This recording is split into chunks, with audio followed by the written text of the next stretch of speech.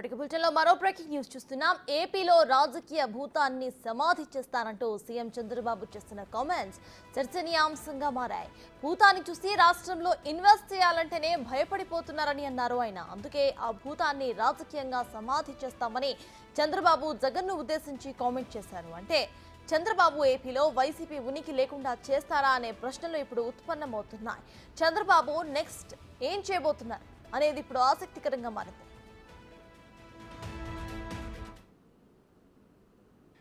Everything మేము information తెప్పించుకుంటాం.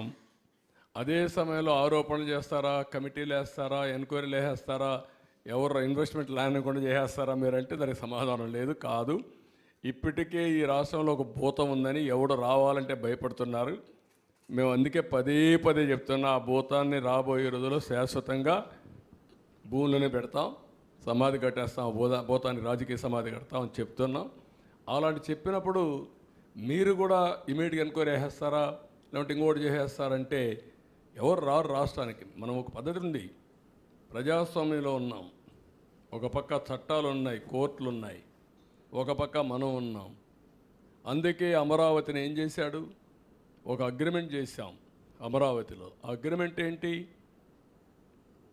రైతులు CRDA రాజధాని ఇద్దరు కలిసి సిఆర్డీఏ కలిసి ఒక మ్యూచువల్ అగ్రిమెంట్కి వచ్చారు. మేము భూమి ఇస్తాం, తిరిగి మాకు మీరు ఇవ్వాలని ఒక అగ్రిమెంట్కి వచ్చారు.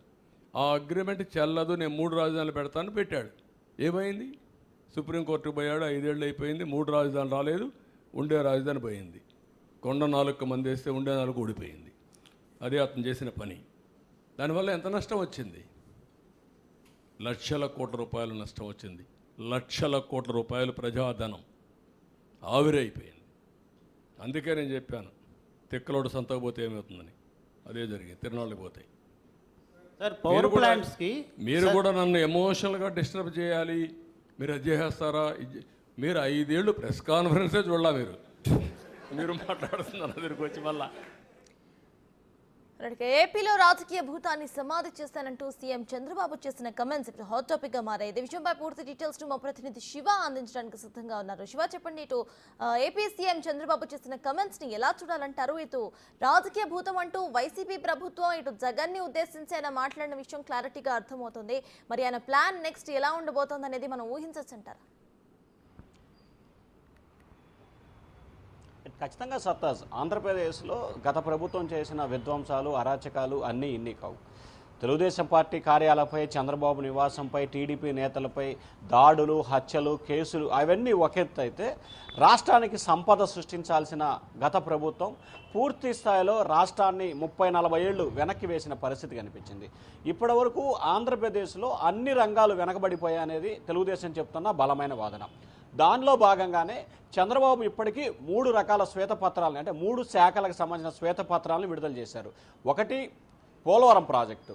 జగన్ సర్కార్ అవలంబించిన విధానాలు, అవగాహన లోపం మూలంగా పోలవరం ప్రాజెక్టు నిర్మాణానికి సంబంధించి మరొక 10 ఏళ్ళు వెనక్కిపోవటం, అలాగే దాదాపుగా 40 నుంచి 50 వేల కోట్ల రూపాయల ప్రజాధనం వృధా. దీనివల్ల పోలవరం ప్రాజెక్టుతో పాటు ప్రజలపై అదనపు భారం పట్టడం, చాలా ఇబ్బందికర పరిస్థితులు. 2, రాజధాని అమరావతి నిర్మాణం. స్వచ్ఛందంగా రైతులు భూములు ఇవ్వటం, వారికి ఏదైతే కౌలు ఇవ్వకపోవటం, రాజధానిలో ఏదైతే 70 నుంచి 90% పూర్తయిన భవనాల్ని వదిలివేయటం, అక్కడ నిర్మాణ పనులు ఆపివేయటం, 3 రాజధానుల పేర్లతో కొత్తగా మరొక అంశాన్ని దాటంతో రాజధాని నిర్మాణంలో 1,00,000 కోట్ల రూపాయల పైగా నష్టం వాటిల్లిందనేది చంద్రబాబు చెప్తున్న ఆరోపణ. తాజాగా విద్యుత్ శాఖకు సంబంధించి కూడా నిన్న శ్వేతపత్రం విడుదల చేశారు.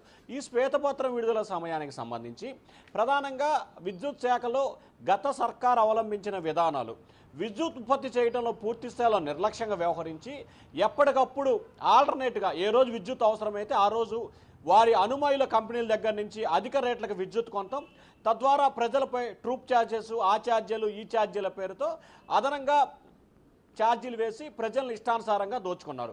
తెలుగుదేశం సర్కారులో ₹1 ఉన్న విద్యుత్ ఛార్జీ వైసీపీ టైంలో ₹2, ₹2 ఉన్న టీడీపీ సర్కారులో, వైసీపీ సర్కారులో ₹4. ఇట్లా యూనిట్ రేట్ని పెంచుకోవడంతో పాటు విద్యుత్ శాఖకు సంబంధించి రావాల్సిన బకాయిలు, చెల్లించాల్సిన వడ్డీలు, అలాగే విద్యుత్ శాఖల ఉద్యోగుల డబ్బుల్ని ఏపీ బ్యావరేజ్ కంపెనీలో నిధులు పెట్టడం, ఇట్లా దీనివల్ల 52,000 కోట్ల రూపాయల నష్టం వాటిల్లిందనేది చంద్రబాబు చేస్తున్న ఆరోపణ. పోలవరం, అమరావతి, విద్యుత్ శాఖ ఈ మూడింటికి సంబంధించి దాదాపుగా 1,50,000 కోట్ల రూపాయల నష్టం వాటిల్లింది. ఈ ధనాన్ని ఎక్కడి నుంచి రికవరీ చేయాలి? సో కేంద్రం కూడా ఇచ్చే పరిస్థితి ఉండదు. కేంద్రం 29 రాష్ట్రాలు ఆంధ్రప్రదేశ్ ఒక రాష్ట్రంగా చెప్పుద్ది, కానీ ఆంధ్రప్రదేశ్ని ప్రత్యేకంగా చూడదు. కానీ నిధుల సహాయంలో ముందు చేయి ఉంటుంది, కొంత అవకాశం ఇస్తుంది. కానీ ఈ లక్షల కోట్ల రూపాయల నష్టాన్ని ఎక్కడ భర్తీ చేయాలి? అలాగే తమ ప్రభుత్వం అమలు చేస్తున్న సంక్షేమ కార్యక్రమాలు, ఉచిత ఇసుక విషయంలో చాలా గతంలో నిర్మాణ రంగం కుదేలవడంతో పాటు 100 మంది ఆత్మహత్య చేసుకున్న అటువంటి నిర్మాణ రంగానికి ఉచిత ఇసుక ఇస్తుంటే దానిపై ఆరోపణలు చేస్తున్నారు. తమ ప్రభుత్వం వచ్చి నెల రోజులు కూడా కాలేదు, లేనిపోని ఆరోపణలు చేస్తూ రాజకీయంగా విచిత్రమైన వ్యవహరిస్తున్నారు. ఇటువంటి వారిని, జగన్ని, ముఖ్యంగా వైఎస్ఆర్సీపీని ఒక భూతంగా చంద్రబాబు భావిస్తున్నారు. రానున్న రోజుల్లో ఈ భూతాన్ని సమాధి చేస్తామని చంద్రబాబు స్పష్టమైన హెచ్చరిక కూడా జారీ చేశారు. అంటే రానున్న రోజుల్లో వైసీపీ సర్కారు చేసిన వాటన్నిటిని చట్టబద్ధంగా ప్రజల ముందుంచడం, తద్వారా ఏదైతే వాడు చేసిన తప్పులకి శిక్షించే విధంగా వ్యవహరిస్తూ వైఎస్ఆర్సీపీని సమాధి చేస్తామనేది చంద్రబాబు ఆలోచనగా కనిపిస్తా ఉంది. సత్తాజ్. Right, thank you Shiva.